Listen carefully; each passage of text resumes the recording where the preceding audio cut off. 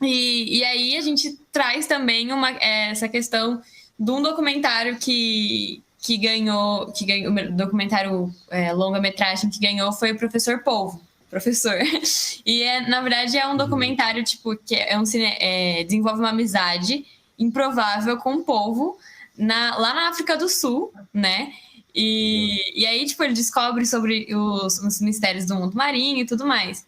E entrando nesse assunto, né, já que estamos aqui como historiador e um geógrafo, nós somos privilegiados, a gente ultimamente vem falando muito sobre essa questão da exploração, né, do ambiente marinho, tanto que as questões do plástico, dos canudos biodegradáveis, e como vocês, assim, veem essa questão, porque a gente sabe que 99% do oxigênio não está na Amazônia e está ali no oceano, né? E muito pouca gente sabe disso. Uhum. Ontem eu fiz um varal na verdade anteontem, eu acabei de fazer meu varal de máscaras, o varal do século XXI.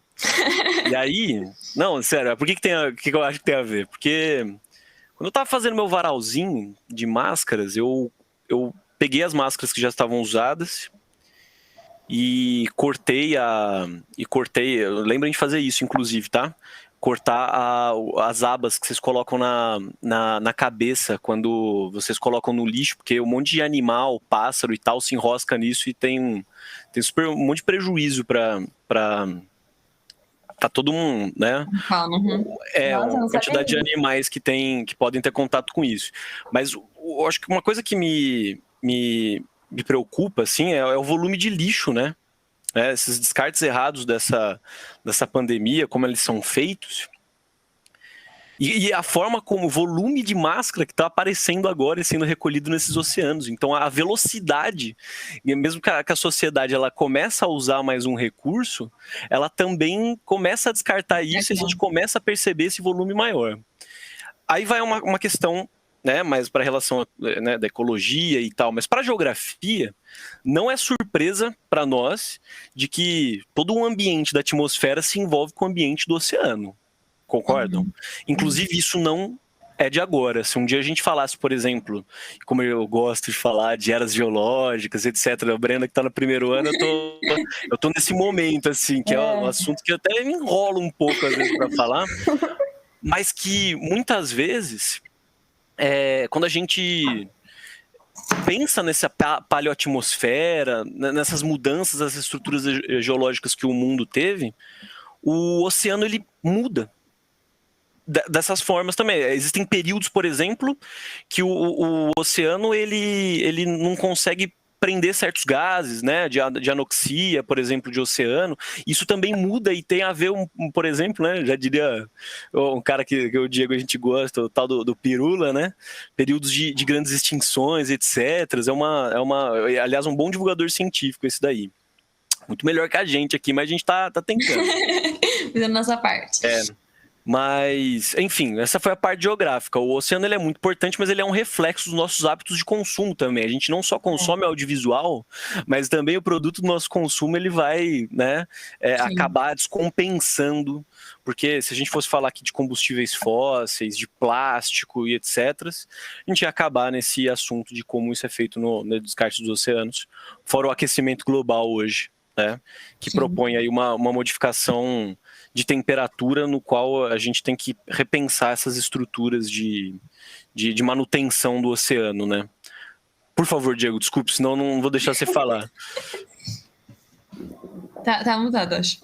Na verdade, esse tema é mais seu, né? Até comentado, o João está enamorado, está noivado da doutora, agora doutora, né?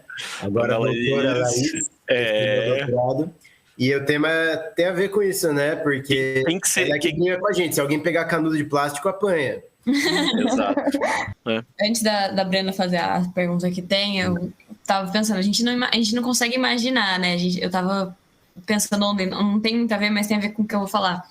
A gente não consegue imaginar, tipo, que não é ter uma pátria. A gente supõe, né? Mas a gente não consegue ter essa noção. E é a mesma coisa que eu tava pensando. Estavam apresentando, ou eu tava vendo o Oscar, estavam apresentando, e era E era não lembro quem que tava apresentando, mas deu um insight na minha cabeça. Eu pensei assim, cara, e se fosse ao contrário? E se, tipo assim, fosse poucas, sei lá, fosse ao contrário, se as pessoas negras fossem consideradas, tipo, não tivesse racismo, e o racismo fosse totalmente ao contrário, né? Tipo, imagina que doido você entrar numa loja, tipo, eu criança, entrar numa loja de brinquedos e só ver bonecas de outra cor que não é a minha, que é preto, no caso, tipo, bonecas com cor de pele escura, mais escura que a minha, você olhar pro TV e só ver gente... tipo assim, foi muito rápido esse insight e eu fiquei, gente, a gente não para pensar dessa representatividade, dessa questão de sentir, de entender, né, o que as outras pessoas estão passando, porque você olha pra gente, nesse caso da questão do racismo, pra gente que é branco, é normal, né, você vê um branco falando. Agora, pra uma pessoa negra, nossa, uma pessoa igual a mim falando isso, a gente não tem tanta propriedade de falar isso, porque a gente não é nosso, né, não é o nosso lugar, nossa posição, mas eu fiquei pensando como deve ser doido, né, e essa representatividade, como ela é importante realmente, não só com os negros, mas com todas as... E completando, não é porque... E não quer dizer que hoje não é possível se tornar nômade dentro do seu próprio país, que é mais o tema do filme, que é você né, se deslocar do modelo social, sei lá, você por algum motivo querer sair do convívio social, entre aspas, normal, e querer ter uma vida mais independente, de viajar por lugares diversos e tal, um outro estilo de vida, assim. Né? Sobre isso que você falou, Marina, eu lembrei de um caso, tem várias experiências, tem o Olhos Azuis, que já é famoso, né, que cria uma experiência invertida na escola, em que as crianças de olhos claros, na verdade, são consideradas inferiores e tal. E eu lembrei de um curta, eu estava tentando procurar o nome aqui, mas não achei, mas que ele pega a questão da homofobia e inverte e cria um cenário onde as crianças héteros são hostilizadas pelas outras o tempo todo, e como é que os pais tentam lidar com isso, como é que funcionaria esse preconceito inverso, né, para tentar abrir a cabeça. Pra gente ter esse amor ao próximo, né, tipo, de pensar, de ver. E mais faz a pergunta aí, Brenda. Só uma fala no pontual sobre isso, sobre também uma expressão que a gente tem hoje em dia muito forte, que é a questão do podcast. Tem um podcast do Iclis, né, o Diego, História FM, e tem um episódio muito bom desse podcast que fala sobre racismo estrutural e como ele opera no nosso país. Eu coloquei no chat ali, ó, tá o link do Spotify. Para quem se interessa no assunto e quem quer ver um pesquisador do assunto falar sobre isso, que eu acho mais apropriado, escute esse episódio, se aprofunda, né? Aprofunde nisso. Para saber, né? Para saber melhor sobre o assunto, tá bom? Eu passo até aqui, se vocês quiserem passar depois. É nóis. Legal, João, obrigada. Mas assim, encaixando, né? É difícil a gente falar de uma realidade que a gente não vive, né? A gente tem que pesquisar muito e saber do que a gente está falando, né? A importância de ouvir, né?